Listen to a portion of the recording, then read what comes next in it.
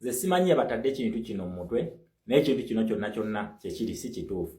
Engagements zabaddewo era nakugamba nti diplomacy ya revolution ya Uganda etambulira Bungereza, etambulira mu America. King Charles yabadde mu United States of America, yabaddeyo. His Excellency Kyagulanyi ali Washington, Donald J. Trump ali Washington. Twamulabako mu Capitol Hill eri muki eri mu Washington. Awo wali shaping ya American foreign policy reshaping. Okitegere ekintu ekyo. Bungereza King Charles nabagamba abazze mu following na kugamba nti si ku mulembe gwa King Charles nti Uganda the favorite Commonwealth state eya Bungereza, the favorite Commonwealth state eya Bungereza. Museveni agenda gikwata agivuge agitwale mu Soviet Union. Ekyo kikafuwe tekisoboka. Okitegera tekisoboka. Kati olunaku olwaleero gwakugamba nti Bungereza asimanyi eri against revolution ya Uganda. Nakugamba you have to understand the scope of this revolution. Okitegera ekintu kino. Era ne mbagamba nti bannange tebutubuza abantu mu foreign policy. Webanga foreign policy gireke. King Charles engagements za Uganda, yes, zabaddemu. At this stage zimwetaagisa nnyo lwaki. Nakugamba Bungereza ye crowninga president wa Uganda. Nkiddamu Bungereza ye crowninga president wa Uganda. His Excellency Kyagulanyi Ssentamu Robert byonna byayogera agenda kuddanga president. Come rain, come sunshine. Wallahi Museveni tasobola kutufuga ne walayira. Kasita omucapitalist amala okuvaamu bw'ati. Bungereza n'olaba combination. Njagala tuddeyo to reflecting ekintu kino. Nakugamba nti it is the history that is going to teach us the present. Then the present to give us the future. Our history is the past ya Uganda JSM, that is America and Bungereza. Ekintu ekyo ekyabadde Washington osobola okukiyita Lancaster Agreement. Kuno tukikyuse due to the revolutionary shift. Nti revolution eno yakola shift. Mu old world order yaliwo yali yaba superior minorities. Ate mu old order yaliwo olutawo lwali lw'amatwale. Mwe mwakuliyetingira akabinja kannaamu mwe bakakuliyetingira. Wabula America yayimirira ne Bungereza. Ate ne Uganda byagirimu. Idi Amin Dada.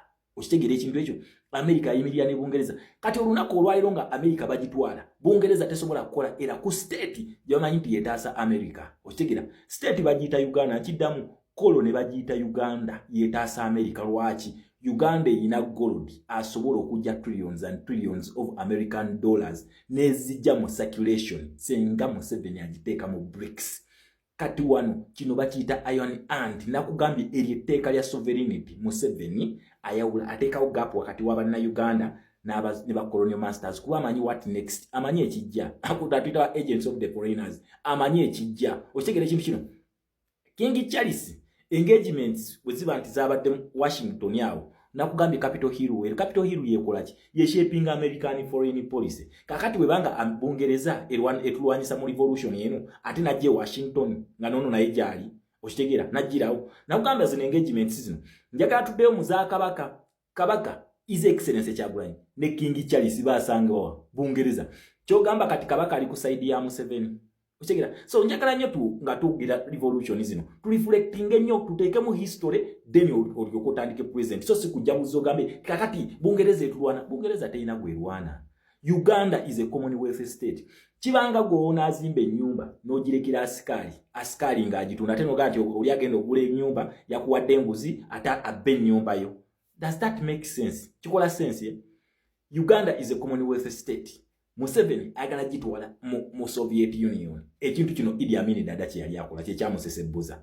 Oli yali just member. Kakati ono chairman wa kabinja kannaamu. Akavuga state eno kagijje mu Commonwealth bagitwale mu Russia nga interest za Berlin conference zonna eza Bungereza ziberanga zitwaliddwa Russia.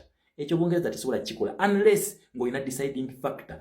Omuntu alina deciding factor ye Kyagulanyi. Kati Bungereza tesobola kubeera nsiru mubagende eri bamugamba ate back off simanyono omuntu muveeko. No please. Nakugamba bintu bya ndagaano diplomacy. Omusajja kyali mukola ali mu kushapinga foreign policy ya Uganda kyali mukola. Womulabe Washington nga ne King Charles yazze oyina kuddayo buzzi n'oddayo mu 1900 agreement yeyo 1894 yali efe balingani Russia.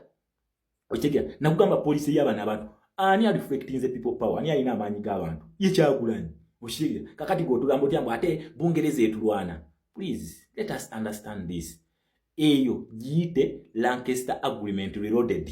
kubanga police eno kuluno eno world order empya bano bagala kuba America kati Bungereza ya kroninga nakugamba nti omusajja oyo wayagenda ebweru yagenda n'ekintu kimu yali akirina yali ayina people power, the deciding factor kubanga eno ku ground kye bakulekera kati ono ebbanga yonna yali abadde ng'agendamu nga bakalu byabakama twagala DR form sebo twagala DR form omwami ono ebbanga yonna yali abadde nga bakalu ng'agamba nti ndi dictator naye alondebwa abantu okitegera nti ndi dictator alondebwa abantu okitegera ekintu ekyo kati ngalaga nti deciding factor oba people power akola ki agirina okitegera ekintu kino omwami ono yagenza okuva mu Uganda nga already people power oba deciding factor emaze okulaga nti gwe president waffe ng'emaze okumulonda kitegeeza nti yagenze ne social factor agirina kati wabanga alina social factor America yeyina economic power ku Uganda yeyina economic power kubanga ye biggest funder wabula omuntu alina vital powers oba political powers ku Uganda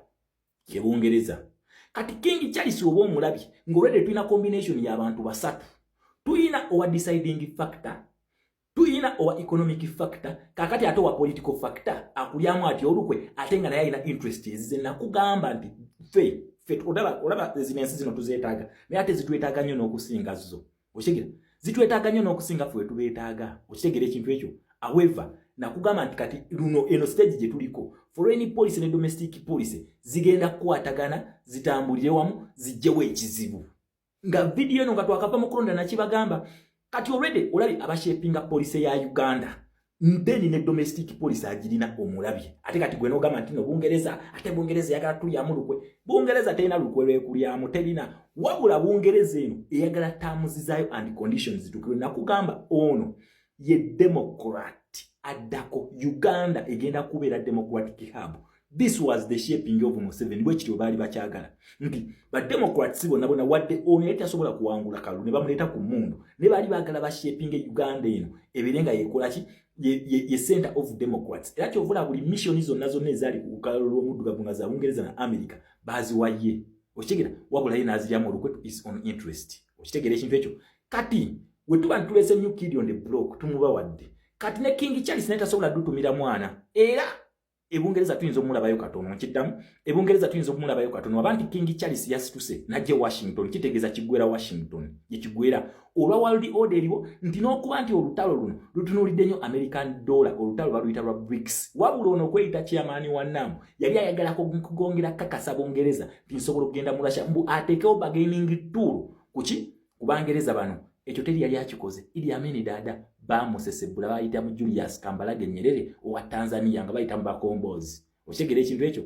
kakati ono they have every tool to their disposal bagirina nakugambye let him first shape the policies asooka azitereeze bulungi tugenda kwambala omuntu agenda kutya yo gundi egenda kukola simanyi bamwatandise okuresigninga bakulu Amnesty International babagaye mutandika okuresigninga yes mutandika okuresigninga tutandika banoonyerezaako babagambye buli yakola ebikolobero agenda kukwatibwa muteeko nali Mwanga Kivumi ne ba political prisoners bonna ndowooza tujja kufunayo kalive awo maaso tusobole okutematema ensonga ya Bungereza King Charles okugenda mu Washington okusinkana Donald Trump nga nenanyini deciding factor oba president wa Uganda elected by the people of Uganda jali ekintu kino kirabire ku Muteesa nkiddamu kirabire ku Muteesa yalina deciding factor yali agirina kati nga Bungereza mweta nti however much bali bagala kuleta Apollo Milton Obote naye nga tebasobola kujjawo kusooka butawono ntebe kati balyoke bamugjewo kakati ffe tubalaba bwe bati kyovola banze mbasomesa foreign policy zino